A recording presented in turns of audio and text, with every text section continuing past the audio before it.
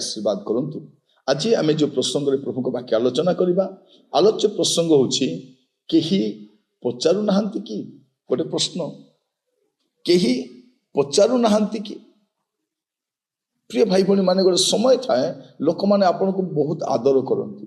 बहुत जत्न नियंती आपण को हालचाल बुझंती आपण को आख पाखरे रुहंती आपण को बहुत सम्मान दियंती बहुत आदर दियंती बहुत मर्यादा करती समय आसे कई पचारती ना आ से समय में भाबू जे लोक माने कहीं मते पचारू नाहंती आग तो बारंबार कॉल करुले मते देखा करने आसुले मते मेडिसिन किणिक आनी दौले मोर खाइबा कथा बुझुले मोर सबु विषय को मुझे कहवा पूर्व से मो करुले किंतु अभी से कौन पाए मते करूना आपण भी भावुवे से आज प्रसंग कई पचारू ना कि आईब पुस्तक तार 19 अध्याय मु पढ़ुची 13 पद 19 पद लिखा जाए से मोहर ज्ञाति मानू मोठारू दूर करी अछंती मोहर परिचित लोक माने संपूर्ण रूपे अपरिचित होई अछंती मो कुटुंब वर्ग मते त्याग करी अछंती मो आत्मीय मित्रगण मते पासरी अछंती मो गृह निवासी माने ओ मो दासी माने मते अजଣା लोक परि गणंती मु सेमानक दृष्टि रे विदेशी होई अछि मु अपना दास को डाकिले और निज मुखरे विनती कले हैं से मते उत्तर दिए नहीं मो निष्पास मो भार्या प्रति और मो निवेदन मो सहोदर प्रति घृणित बालक माने मध्य मते अवज्ञा करती मु उठिले से माने मो विरुद्ध रे कथा कहती मोर सुहृद मते घृणा करती जो मानकु मु स्नेह कली से माने मो विरुद्ध होई अछंती एटे देखंतु केते बड़ कष्टदायक जे आईब तांकर मनर दुख कहउछंती जे मते पचारिबा लोक केही नै ना मो स्त्री ना मोर दास ना मोर दासी ना मोर ज्ञाति कुटुंब ना मोर बंधु वर्ग माने केही पचारू नाहंती एमितिका परिस्थिति दे से गति करूछंती मोर प्रिय भाई बहन माने बेले बेले आम जीवन रे मदे से प्रकार परिस्थिति गुड़ाक आसे आमे भी से परिस्थिति गति करू आपण देखिबे गीत संहिता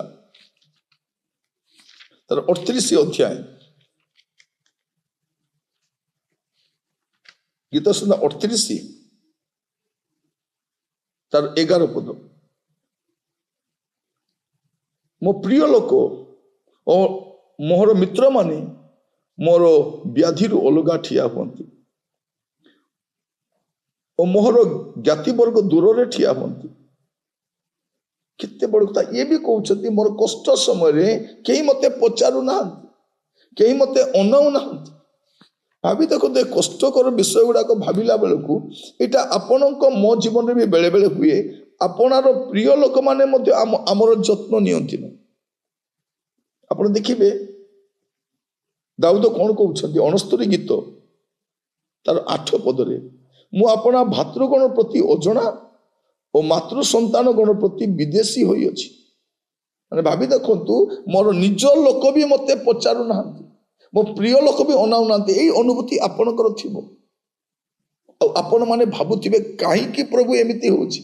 कोन पाई प्रभु एमाने मो प्रति ए प्रकार कटु व्यवहार करूछंती बोली आपण भाबुथिबे आ ता स्वाभाविक कथा आपण देखिबे कोन हेछि आइब तारो 19 पर्व 13 पद लिखा जाउछि से मोहर ज्ञाति मान को मोठारू दूर करी अछंती किए करिसंती से करिसंती आमे भाबुछु एमाने करूछंती किंतु एटा किए करिसंती एटा प्रभु करिसंती बेले बेले आमे लोक मान को एते प्राधान्य देउ प्रभु सेठरू हमर दृष्टि को दूर करी तांको आडो को आकर्षित करिबा पई चाहंती आमर भरोसा लोक माने आमर साहाय्य लोक माने आमे लोक मान को बहुत किछि भाबु प्रभु चाहते नाही से मन आज अछंती काली की नथिबे तुमे मो ऊपर भरोसा करो मो ऊपर निर्भर करो आपण गीतर चौक को कथा भी देखिबे 88 गीत से कोन कहउछंती गीत तार 88 रे तार 8 पद से कहउछंती तुमे मोर परिचित लोक मान को मोठरू दूर रे रखी अछ ତୁମେ ସେମାନଙ୍କ ନିକଟରେ ମୋତେ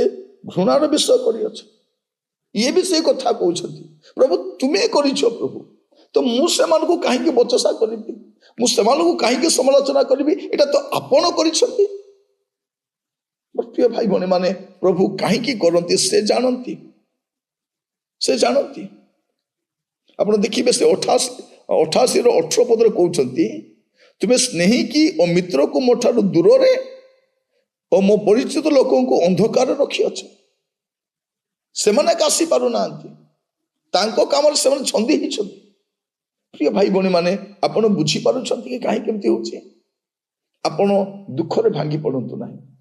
ସେମାନଙ୍କ ପ୍ରତି ଆପଣ ବିରକ୍ତ ଭାବ ପ୍ରକାଶ କରନ୍ତୁ ନାହିଁ। ପ୍ରଭୁ କରିଛନ୍ତି, ଯେପରି ଆପଣ ସେ ସମୟରେ ପ୍ରଭୁଙ୍କ ଉପରେ ନିର୍ଭର ରଖିବେ, ତାଙ୍କ ଉପରେ ଆଉଜି ପଡ଼ିବେ, ତାଙ୍କ ଆଡ଼କୁ ଅନେଇବେ, ଆପଣଙ୍କ ମନର କଥା ତାହାଙ୍କୁ କହିବେ, ଆସନ୍ତୁ ଯଦି ଆମେ ଏ ପ୍ରକାର ପରିସ୍ଥିତି ଗତି କରୁଛୁ, ପ୍ରଭୁଙ୍କ ଆଡ଼କୁ ଯିବା। ପ୍ରଭୁ ଆପଣଙ୍କୁ ଆଶୀର୍ବାଦ କରନ୍ତୁ। ପ୍ରାର୍ଥନା କରିବା। ଅନୁଗ୍ରହକାରୀ ପିତା ପରମେଶ୍ୱର, ଆପଣଙ୍କ ଦାସ ଭାବରେ ମୁଁ ପ୍ରାର୍ଥନା କରୁଛି, ଆମର ପ୍ରତ୍ୟେକଙ୍କୁ ସାହାଯ୍ୟ କର ପ୍ରଭୁ, ଅନୁଗ୍ରହ କର ରାଜା, ଯେପରି ଆମେ ପ୍ରତ୍ୟେକ ଆଜିଠାରୁ ପ୍ରଭୁ ଅନ୍ୟମାନଙ୍କ ଉପରେ ନିର୍ଭର ନ କରି ଆପଣଙ୍କ ଉପରେ ନିର୍ଭର ରଖିପାରିବୁ। ଆମମାନଙ୍କୁ ଅନୁଗ୍ରହ କର, ଅନ୍ୟମାନଙ୍କୁ ବଚସା ସମାଲୋଚନା ନ କରି ଆପଣଙ୍କ ଆକର୍ଷିତ ହେବା ପାଇଁ ସାହାଯ୍ୟ କର। ପ୍ରାର୍ଥନା ଶୁଣିଥିବାର ଧନ୍ୟବାଦ। ଆଦର ମହିମା ଆପଣଙ୍କୁ ଦେଇ ପ୍ରାର୍ଥନା ମୋର ପ୍ରାଣର ପ୍ରିୟ ଯୀଶୁଙ୍କ ନାମରେ ମାଗିଲି ରାଜା, ଦୟାରେ ଗ୍ରହଣ କରନ୍ତୁ। ଆମେନ୍। ପ୍ରଭୁ ଆପଣମାନଙ୍କୁ ପ୍ରତ୍ୟେକଙ୍କୁ ବାହୁଲ୍ୟ ରୂପେ ଆଶୀର୍ବାଦ କରନ୍ତୁ। ପ୍ରଭୁ ଅନୁଗ୍ରହ କଲେ ଆସନ୍ତାକାଲି ନୂଆ ଅଧ୍ୟାୟରେ ଜଡ଼ିତ ହେବା। ବିଦାୟ ଦିଅନ୍ତୁ। ନମସ୍କାର।